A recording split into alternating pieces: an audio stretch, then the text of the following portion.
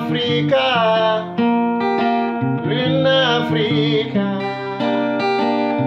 l'Africa, oh, ayoyam la lune.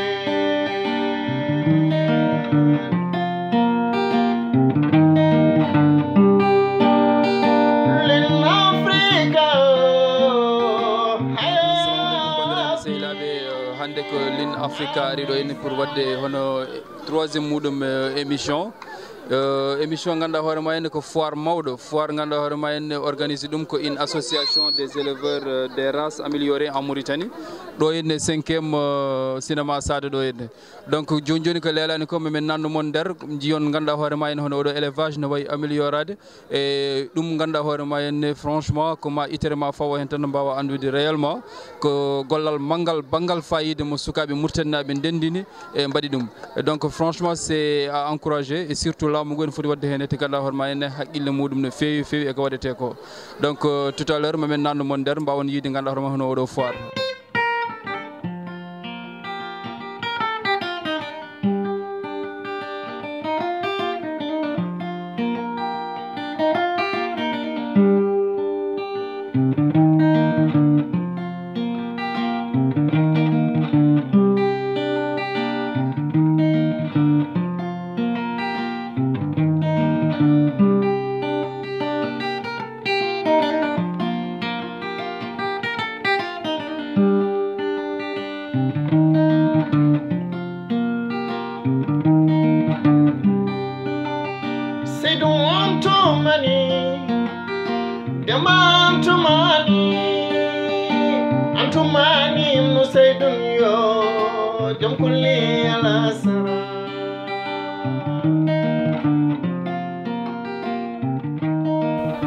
Je m'appelle Mohamed Salim El-Cheikh, je suis un éleveur de moutons de race Ladoum. Bon, le Ladoum, en fait, c'est le nom d'une tribu qui s'appelle Ladoum, qui est une tribu qui se trouve dans le Hod mauritanien. J'ai amené un troupeau du Hod mauritanien et je l'ai installé dans une ferme à 30 km qui se trouve à peu près de la ville de Rosso, dans un climat qui est dans des conditions écologiques qui sont similaires aux conditions écologiques de la race Ladoum. C'est la race souche qui a conservé les critères génétiques de la race première qui se caractérise par une grande taille, une grande quantité de lait et en général des portées gemellaires. Pouvez-vous nous dire Ladoum, ça vient d'où? Ladoum, c'est le nom d'une tribu mauritanienne qui s'appelle Ladoum, qui se trouve dans l'est mauritanien, dans une région qui s'appelle le Hod, qui est dans la région d'Ayoun et la Trousse. Fii si bergerie Bouna Couva de tarde nag ñu jox ko cadeau comme ça ñu wax ñu par exemple lu mu wax si foire bi me présente d'abord mu wax turam. Ok, donc maa leen di nuyu di leen gërëm man la Bouna di président association bi pour commencer muy association Azaram muy association de la race améliorée en Mauritanie donc ñoo ngi ko taxawal depuis 3 ans. Et qui mooy sunu 2e édition voilà. waaw Bouna dama bëggoon xam par exemple xalaat bi lan la ñëwee ci yow ba nga jël initiative bi xam ni du initiative bu ndaw. waaw donc comme ni ñu ko waxee association bi d'abord c'est pour regrouper d'abord les éleveurs yi nga xam ni ñoo nekk dans le domaine de la race améliorée bi ñuy wax ñun Ladoum. Bon, la volaille aussi on le fait donc non seulement xar yi rek mais on fait tout ce qui est amélioration moo xam si nag yi la si xar yi la si bëy yi la si ganaar yi la bon et donc comme ñoo ngi liggéey depuis boobu pour wane li nga xam ne ñun ñoo ngi koy liggéey moom moo waral ñuy def foire bi parce que foire vitrine la bi nga xam ni ki nga xam ne mi ngi tëju depuis at di liggéey war na mën wane li nga xam ne liggéey la natt boppam par rapport ak yeneen naataangoom yi nga xam ne ñoo ngi ci association bi et sensibiliser tamit éleveur population bi ci ce type d'élevage bi nga xam ne dafa am njëriñ élevage bi nga xam ne non seulement y a le plaisir mais tamit dafa am xaalis donc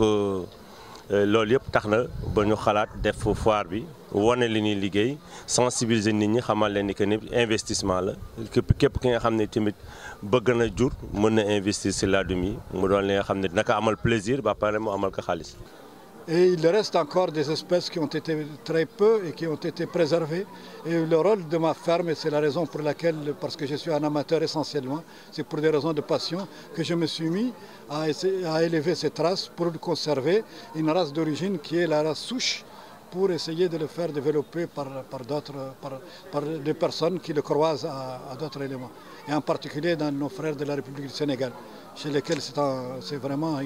des passionnés. Et nous sommes un club général qui s'occupe de ça. Donc, juste, je voulais savoir, par exemple, est-ce que réellement c'est les Sénégalais qui nous ont montré le chemin ou ça vient de la Mauritanie? Non, non, ce qui m'a poussé personnellement à rechercher la race souche, c'est essayer de conserver à notre pays, effectivement, cette race qui risque de disparaître. Et c'est essentiellement par passion que je me suis mis à rechercher l'origine, et ça a été un travail très très long, qui n'a pas été facile, de convaincre d'abord les personnes pour vendre une quantité, une masse critique pour essayer d'avoir quelque chose qui va démarrer. Et c'est une expérience qui, alhamdoulilah, a bien réussi. Bon, man ba ma duggee si élevage yàgg na bon je peux dire que ni depuis ma juddoo ba léegi si élevage laa judd parce que samay waajur sama ñëpp dañ leen fekk ñu yar comme tout pratiquement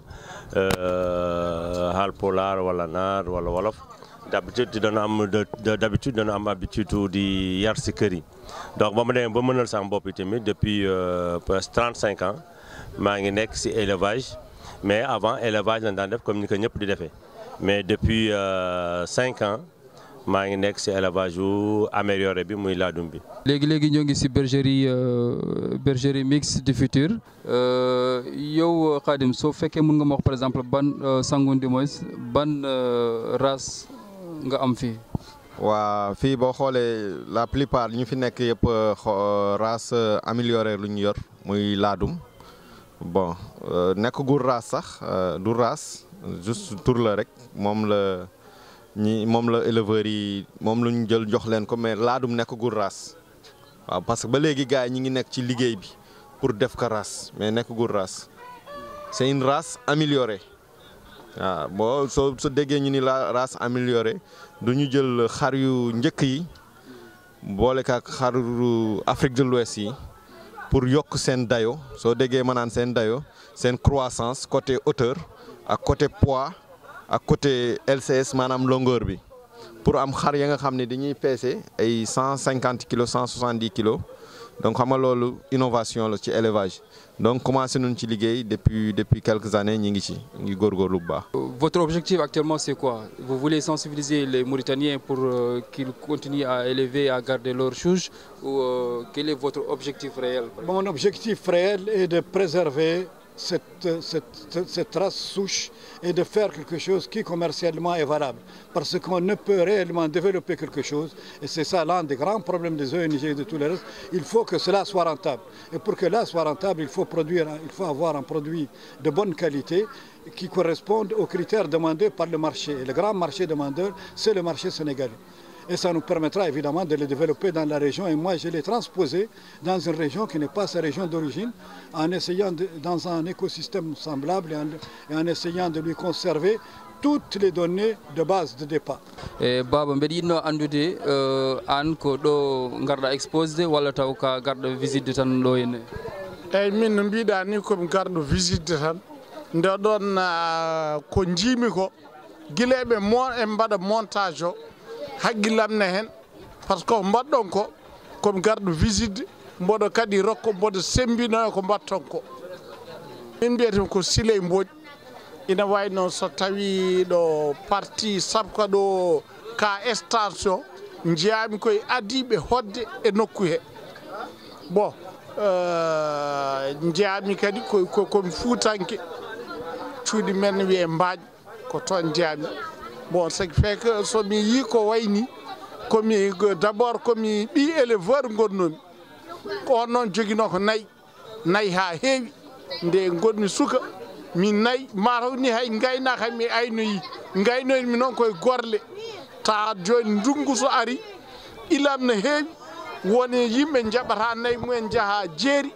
keddina ɗo waalo ɗo mi heeɓi e o saaha wadde hay gaynaka affaire nayyi somi yi neɗɗo no waɗa hande ko faade needi jawdi mbawmi tan ko weltanade ɗum kadi Allah walli kam joom suudam e sukabam ina ngoni trop acharné ina c'est-à-dire eɓe kamɓe de bon bonnani hen kelmade farage kono min ɓurani yidde rendinde sabu ko fuutanke pire ina wayno mi yi eɓe toppiti ɗum ko garta mum no wayno leydi e nder leydi ndi ɗum ɗo jeeya koye fagguru nde purɗen adade sen ƴeewi hayto asli tarih e mawɓe adiɓe ndema awo e gaynaka adi sabu neɗɗo nde ƴettanno gaynaka gadda jawdi ñaama watti so joomumen gaddi jawdi jooɗo ɓe jiya jawdi ndi ne neha ɗo haqqille o ari kam mbiyata préhistoire tarih ɗo élevage jibina ni arde yimɓe pinani tan goni fulɓe yigo jii koye ɗumanajum préhistoire nde gaynaka yalti ɗum tagi somi yi ɗum hannde ɗum jeeya koye calɗi fagguru men kadi ɗum ɗo hannde ɓuri sirde eko wiyete kanŋe eko wiyete jamɗe ɗum aɗa yiya affaire mum yaha ha dow tello aɗa waɗi saha pétrole wontina ko haaɗi haɗa leyɗen jogui noon pétrole koye basal gardi kono ɗum ɗo tan woni hen a wasata donc mbawmi tan ko continue ko mbatton ko emin caggal on e duwade emin caggal mon e sembe emin caggal mon e darade hay ko cogluɗon eyyi baba ɗum noon a jarama baba Seydi Mbodj holno jiiruɗa foire o min no jiiɗum foire ni ala ko ɓuri ɗum wadde fayida sabu mi ƴeewi stand uji kewɗi d' abord guila ɗo waɗi jawɗi ɗo goto fof ne waɗi wonni inɗe ɗe gandumi hen par ce que mi yi joni ɗo waɗa waalo Mbodj ɗo Alassane Gaye ina waɗi ɗon mi yi kadi stand uji yimɓe min ɓe gandumi walla ɓe nananmi e nder wuuro ngo ina toppiti ɗum no jiirum ɗum ni kam ina waɗa weejo ngo ina feewi nayyi mbaɗe banggue gueloɗi so gari mbaɗe banggue pucci gaɗe banggue jawɗi kala kono waɗe to batte needi jawdi ina waɗa banggue ɗum ɗo kam ina yuɓɓi ko ɗum tan ɓurmi teskade hen franchement par exemple dama bëggoon xam ni est-ce que mën nga ma xam nga kilo xar yi nu muy peese. waaw loolu ñi ngi ci parce que soo xoolee foire bi buñ ko defee daaw defoon nañu ko mais nattuñu woon xar yi mais ren sérieusement man maay président au comité scientifique bi donc duñu fas yéene année bi ñu natt hauteuru xar yi seen longueur seen poids ba ñu xam aussi ñun fu ñu toll ci élevage parce que c'est important parce que bëgguñu di liggéey dans l'aveuglette duñu bëgg di liggéey vraiment pour xam ëllëg ak li ci biir parce que ñun tamit am nañ ci ñu ñuy roy am na ñu jiit ci laadum donc ñooñ tamit nu ñu bëgg c'est vrai ñoom ñoo ñu jiitu ci laadum pendant des années mais ñun tamit ñi ngi avancer pour jéem leen a dab donc loolu moo tax ñu bëgg a natt xar yi am nañu jumtukaay yëpp am nañu toise am nañu centimètre pour xool LCS am nañu bascule pour natt xar yi donc duñ xar bu gën a diis duñ koy jox duñ koy trophée am na concours jeune mâle am na mâle adulte am na femelle am na agneau donc loolu yëpp tamit ñi ngi ci donc loolu élevage léegi dafa ubbeeku quoi du passion kase passion bu ànd ak xaalis la parce que laadum boo ko déggee suñu la nee par exemple mâle bi lu muy jar ñun la 1,5 million da ngay yaakaar ni ay wax la fekk réalité la pure réalité la ñun am nañu profession ñu ngi liggéey on est des pères de famille et tout ça mais élevage bi beneen ouverture business la donc laadum ouverture business la en même temps bëgg nun tamit ñëpp dugg ci parce que c'est important. yéen ñii di seetaan Line Africa ñoo ngi nii par exemple ci bergerie boo xam ni bergerie Niang Ballo léegi Niang Ballo dañu la bëggoon par exemple laaj yow sa gis-gis par exemple ak foire bi. salaamaaleykum wa rahmatullah mbokk yi ñu ngi leen di nuyu leen ziar bon suñu gis-gis ci foire bi mën nañu macha allah alhamdulilah am nañ ci satisfaction parce que lii moo doon objectif bi génne produit yu wane nit yi que ni y a des gens yu nekk seen ruxu di def benn liggéey bu am solo bu ñu bëggoon wane te alhamdulilah mën nañu jàpp ni c'est un réussite wallahi. waaw léegi Niang dina bëggoon laaj par exemple yow par exemple kañ nga commencé par exemple ci élevage bi. bon à vrai dire élevage laadum mën naa ni yàgg naa ci yàgguma ci. parce que bergerie bi ma nekk dama représenté sama grand Moustapha Jamil Niang moo ko moom mais man maa nekk ci xar yi mën naa ni élevage bi def naa ci presque léegi 2 ans et demi mais alhamdulilah daal alhamdulilah. Waaw, merci beaucoup Niang, kontaan nañu lool gis nañu par exemple ce bergerie gis nañu par exemple franchement ce njar yaa ngi koy toppatoo bu baax looy conseiller par exemple mooy jeunesse bi ak xale yi par exemple. Bon laal nga aspect bu am solo par exemple man je suis né en 88 et maintenant damay fréquenter ay pas yoo xam ne mën nañ nekk sam pap te loolu lu ko waral mooy élevage bi grâce à l'élevage je suis devenu quelqu'un nit ñi beneen bët lañ may xoolee tey am na ñoo xamante ni bi avant sequñu woon ay relation mais macha allah léegi am naa ak ñoom ay relation di demalante ak ñoom te si wàllu âge ñoo ma mag donc élevage day permettre nga am connaissance mais aussi da lay yar day tax nga am maturité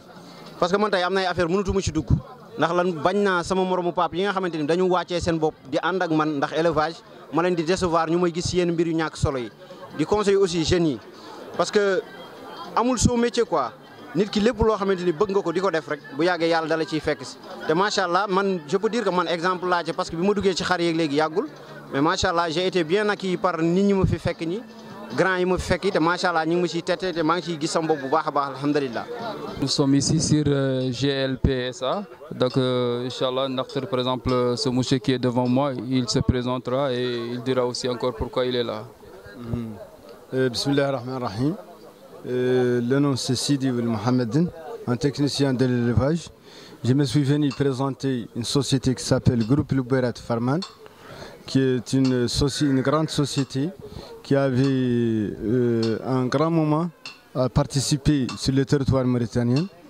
concernant les produits et les comment dirais-je, les produits et les matériels de l'élevage, les produits vétérinaires et le matériel. Bon, on présente quelques laboratoires, comme par exemple la Provote, c'est une société française. On a beaucoup travaillé avec cette société depuis 20 ans, presque 20 ans. On amène tous les produits de cette société ici en Mauritanie et tous les éleveurs manipulent notre produit français. Surtout l'association qui est ici devant nous, qui améliore les races moutons et vaches. Et tous ces éleveurs qui sont ici tout près de moi, ils prennent notre produit, ils l'utilisent, ils ont tous trouvé des bons résultats de notre produit. Encore un autre laboratoire qui s'appelle hollandais, qui s'appelle Kepro hollandais. On a beaucoup de produits de ce labo. Et on a un autre laboratoire qui s'appelle Microsil de l'Uruguay. C'est un grand laboratoire qui produit beaucoup de produits vétérinaires de qualité. Tous ces produits qui sont devant moi, de la Provote, passant par le Kepro et Microsil, ce sont des laboratoires de qualité. Et tous les éleveurs mauritaniens connaissent ces produits, ils les manipulent, ils l'utilisent, ils donnent des bons résultats excellents. Et tous les vétérinaires encore, et les techniciens qui ont utilisé ces produits ont trouvé beaucoup de résultats avec ces produits. Ngari hande do enne bergerie Brakna pour yidde haldude ngandor may musidde meden goto nan do enne cioso mo présente hoore makko o halana men holi kanko e kenende henete bismillah ma musidde. Assalamu alaikum Lean Africa, mi salmini goto fof induma yettode mum mbiyeteemi ko Baba Sow éleveur de mouton de Ladoum bergerie di Brakna eyyi mi salmini moon. Baba amen jinno andude par exemple hande holno jiruɗa en oɗo foire ganduɗa hoore ma en yimɓe foof nan dentiɗo en nokku foof ene kawri ɗo e wonande invité ji ɗum Sénégal holno jiruɗa ɗum hande an? Nde ko adi fof jiiɗo yiyandam hen ko fartange moɗo wonande kala ɓiɗɗo Mauritanajo nehowo kadi élevage ko ni tan wawata wayde rendinta yimɓe fotɓe ni sa yi Sénégal naɓe gaari exposé ɗo kadi ko hoddiɓe ɓen ko nehoɓe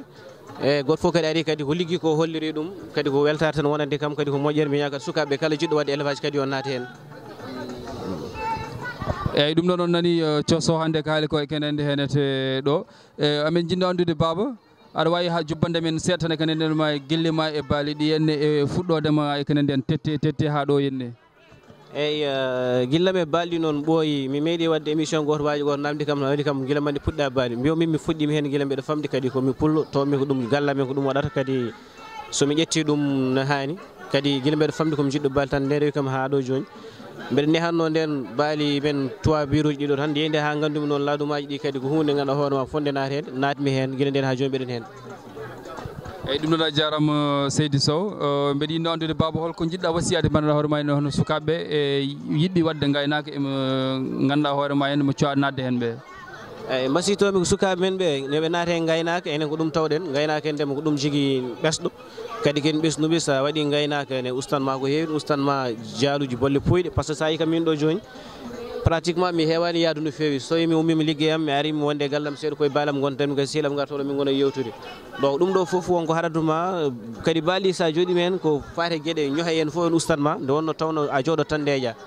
kadi ko baali tan wawi jimin waɗa noon jooɗade sehilam ma on kalta haale kaari wini kaari kalton ko haala baali ngu mbaalo ɓuuri ngu ɓuuri yodde aɗa andi ɗum ñoore waɗon dañde place donc kadi so tawi noon neɗɗo dañi ne wawi nehde naade hen ko haydara ko hunde moƴƴere tan kadi ko nafoore نحن راي هون حل الشيخ نقدر بريزامبل تقول ناس اسمك ومولي لاش تخش في إليفاج. السلام عليكم ورحمة الله. أنا ينقال علي الشيخ فال ريسبونسابل برجري ترارزة ومدخلني في إليفاج عن حبي للحيوانات واللي مدخلني في إليفاج أنا نعدد نعاج وديوك والأحمام فهمت وهذه هذا المعرض ما شاء الله اليوم عددنا فيه شي زين وراعي إن شاء الله وطالبين من عند الناس بريجي يشوفوا ذا اللي عندنا ذا اللي هامنا نشتغلوا فيه وذا اللي عندنا ندور نطوروه سمعت عندنا من حيوانات ما شاء الله وطالبين من عند جميع موريتانيين يجونا عند سينما السعادة ما شاء الله الشيخ نقدر عن تقول عن شوي بريزون في هاي الفوار تقريبا في ناس ياسرين ما شاء الله هاي الفوار par exemple في قلبك ce que vous avez senti c'est quoi ما شاء الله هذا فوار انا اللي حسيت به انا فريما في قلبي عنه ناس فر ما شاء الله فرحانين ناس فر متعارفين اللي ما كان يعرف الاخر يعرفوا بياش بي لا المعرض اللي واحدين فيه اللي هو هذا فوار الحيوانات اللي هامنا نطوروا وراعينا شاكرين هالجمعية أسرم وشاكرين الدولة اللي أعطونا هذا المكان عدلوا فيه فوار وشاكرين لين أفريكا على هذا الريبورتاج ندورهم طالبينهم يعاونونا به حتى ياك الناس فور يشوفوهم في يوتيوب وطالبين الناس فور يكونيكت سر لين أفريكا يرشرش لين أفريكا أي سابون pour plus de visibilité. avantage bi nga xam ne nit mën na si dugg gëm-gëm la da ngay gëm ni que yow am nga xaalis da nga koy def si lii et que mu mën la jural lu ëpp lool man mi taxaw fii chef d'entreprise la mais actuellement 70% sama liggéey si élevage la voilà je sais que ni à l'heure actuelle li may gagné si élevage du li ma daan liggéey moo koy kii donc képp ki nga xam ni bëgg na jur bëgg élever mën na xalaat si laadum bi c'est vrai c'est pas du lu yomb lu cher la xar yi dañu cher ganaar yi dañu cher mais investissement la tout investissement nag am na risque voilà nit a ngi jënd oto xëy suba mu këpp mi ngi jënd ubbi boutique mu tàkk donc nit ñi suñuy wax que ni xar yi dañu cher soo ko defee mën na dee et tamit ñàkk gëm-gëm rek la voilà parce que nit ki day sabab jël li mu am def ko si lii toog xaar yàlla comme baykat bi def jiwam si suuf si et destin bi mi ngi nekk si loxo yàlla donc maa ngi encouragé ñëpp pour ñu dugg si élevage bi xam ne que ni élevage type d'élevage bi ñuy def c'est un nouveau type d'élevage bu am avenir ku si dugg te gëm ko yàlla mën na ko sutural mu am si lim si am donc loolu mooy li nga xam ne moom lay encouragé nit ñi nga xam ne ñoo ngi si élevage bi. amen ngari ɗo henne min dañi koɗo goto memin jaggi ɗo henne mi anda ko Dia walla ko Thiosso kono amin jinno andude aussi ko waɗi o ari ɗo henne hannde e nder foire o bisimilla bandam mba no mbaɗɗa selli no mbaɗɗon tampere no mi salmitima mon wi bisimilla pourquoi garmi ɗo visite min mbiyetemi ko Mama Guélé mboɗo yette Fofana jeeyamo Kaydimbe Dior Samen Nayo e won noon ko hunde nde jimmi woni ɗo ni ɗo gommi ɗo comme commerçant marché 5e mais comme gudduɗo birigam won noon siko yiddam e ɗum ɗo won noon ko ɗum tawmi babam ne waɗa aha maayi ɗum ɗaldimi e bellema muɗum noon heeɓi kam garmi ɗo guddumi birigam hannde garmi ɗo mboɗa daara ɗum kadi ko hunde jimmi ha ɓurti ɗo gommi ɗo hannde mboɗo welti ha ɓurti won noon kadi ɗum meeɗa wadde ɗo e Mauritanie ko rawani fuɗɗi woni goho hikka woni deuxiéme fois firti hankkadi ko yimɓe nana ganda valeur jawdi eyyi yimɓe nana ganda valeur jawdi andi nden sa wiyama jawdi ne yeeye million sa ari tan bira neɗɗo biɗomo noon wondema ko yaware eyyi joni noon yimɓe jii jawdi ne yeeye million 800 yimɓe jiiri guirme joni nanɗo dari a yi périel ne yari 3 mois père joomum wima 1 million 500 aɗa hankkadi kam firti ko yimɓe nana chance no gonno ɗo musidɗo a jarama haalama feewi yooɗi e kenen tusa o jeeya ko kayiɗe dimbe jooro o wi ko commerçant o uddi boutique makko pour arde ganduɗa hoorema ene encouragé hono les éleveurs wonɓe ɗo ɓe e mbiɗa sikki tan ko addimo ko kankane aussi omo foti nadde hen to inchallahu rabbi holko basiytoɗa par exemple bandiraɓe yeɓoɓe hono Lean Africa basiytoɓe bandiraɓe yeɓoɓe Lean Africa tan yo mbattu hakkille Lean Africa par ce que sa yi hunde waɗama ni e yimɓe gaddi ligne mumen ene kolla ene jaltinoya yimɓe mumen hen ɗum firti wayno ko publicité ni ɗum kadi ko moƴƴere woɓɓe ɓe so mbaɗi toon ndina tan ne wawi kadi hunde kadi ɓeyɗo ne wawi joni taw wonɓe tinanu so limo yaltini joni ma jiihen kadi ɓeyɗo kadi tinde donc firti yo yimɓe mbattu hakkille kadi e Ligne Africa ko ligne baɗɗo fayida a jarama no fewi bandama haadama yooɗi fewi en jarama inchallah merci beaucoup donc maximum d'abonnés e nder Ligne Africa